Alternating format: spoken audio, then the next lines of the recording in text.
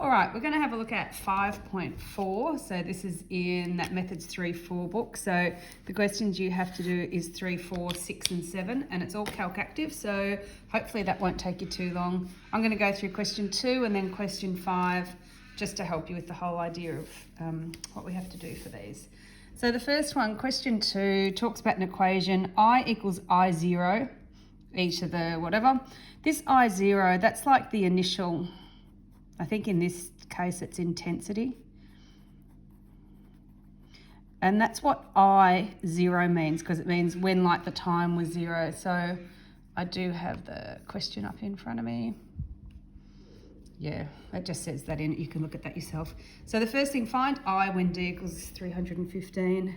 So I equals I0 times e to the minus 0.0022 D. So instead of D, I write 315. When I do that, it actually just put in your calculator. It'll work out the answer, and you should just get I equals 0.5 I0. So that's your answer, because we don't know what the initial intensity is. We just have to leave it like that. So that can be a bit confusing.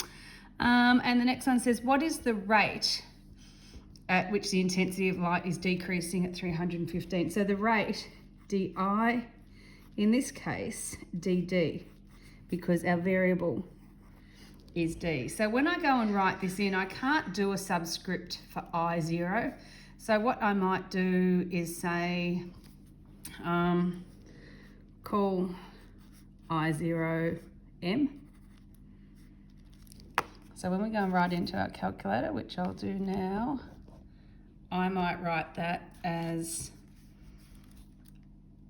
I equals m, because that's what I'm going to replace my I0 with, times e to the, using our special e, minus 0.0022 times d.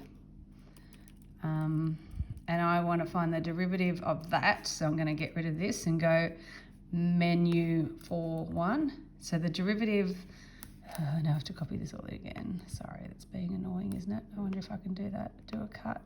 I don't know whether you can do that on yours. And it's d. And it gives that answer. It's a little bit, okay, that's what I want for my derivative. It's just confusing with that m. So di dd is I0, that's the m, times by 0.998 to the d, times by minus 0.0022. Okay, so that's what I've written down there. And then the next thing it says, when d is 315.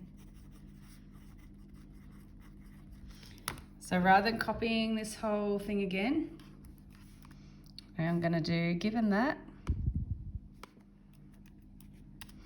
d equals 315, and it's minus 0.0011 m, but instead of writing m, I'm going to write I0.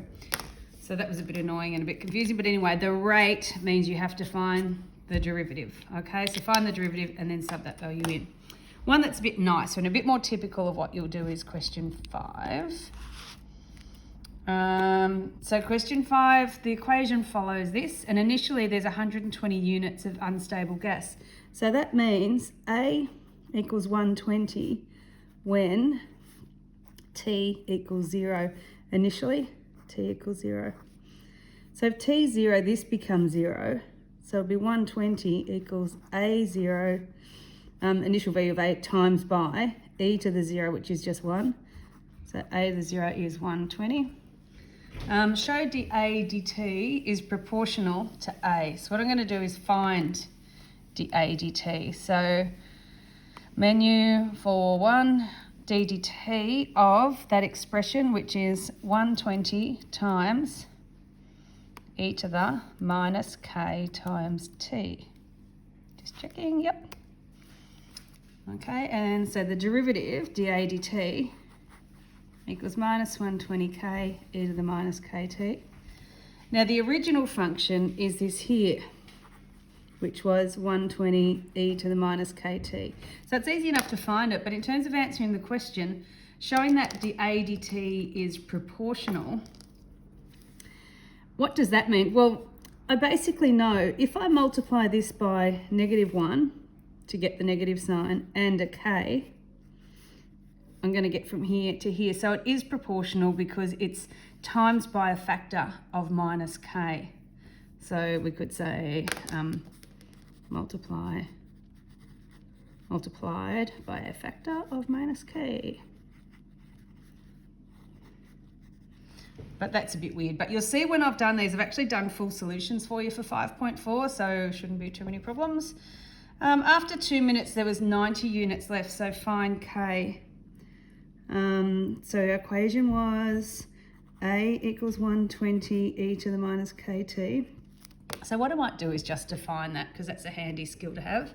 So it's menu, actions, define. I'm going to call it a of t, because a as a function of t is 120 times e to the minus k. Make sure you put your time sign in here. If you don't, I'll think it's a word. So we'll do that. After 2 minutes, there were 90 units left. So when t is 2, a is 90. So I'm going to go menu, algebra solve this. Hang on, I don't want to do that. I don't know whether I wanted to write this in now. A of t, so this is now equal to 90, and we want to solve that for k, given that t is 2. All right, so that's minus a half log of 3 on 4. That's what that means. I think the actual answer in the back of the book is half log of 4 on 3. I think we've done log laws. This negative out here tells you that you can flip this. What I'd do in this situation, since they're actually talking about like a real thing, I'd just work out that k is 0.1438. That'd be much more useful. All right, we're nearly there. At what rate is the gas decomposing when t equals 5? Again, this word rate, so we want to find dA dt. So I've already got a in, so I'm going to go menu for 1, d dt of a of t, given that, because we know that k is this value. And we get minus 17.26. If you put the k in as an exact value, you might get something different. Let's just do that, because if I did this and my given that k, just the way I've got my calculator set, if you put it in fractions, it'll give you an answer in fractions. Either way, it doesn't matter, you're going to get it right. So that's what we did. We worked out the first bit. At what rate is the gas composing when t equals 5? So I'm going to get this, and I'm going to say, given that, t equals 5, you're given that's up here, and we do that. I'll do a control equals to xx, because the answer did ask for 3 decimal places. So we get dA dt at t equals 5 is minus 8.408. And there she is there. Now the last bit, it says, will there ever be no gas left? All right, well, I've got my A of t. So what I'm going to do, there's lots of ways of doing this. What I'm going to do is draw a graph of it. And I've already got it in as A of t, but I'm going to have to do it A of x because the variable is x. Do you want to create a slider for k?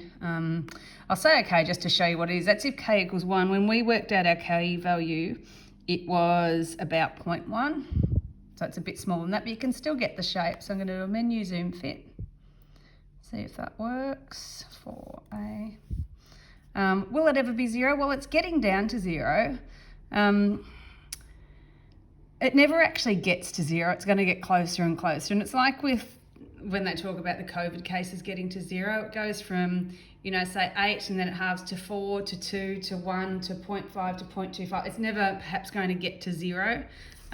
So when they ask for an explanation of this, I'm not going to write it down, but basically you say the graph approaches 0, it never quite gets there, but effectively in terms of disease, once you got to 0.001 people, you could probably say it was 0. So you just need a little 2-line discussion about that. All right, so now it's your turn to do 5.4.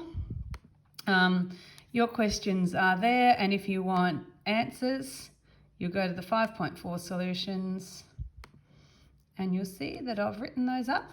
If you still get stuck, let me know and I can help you out, but hopefully having those written solutions will help you out.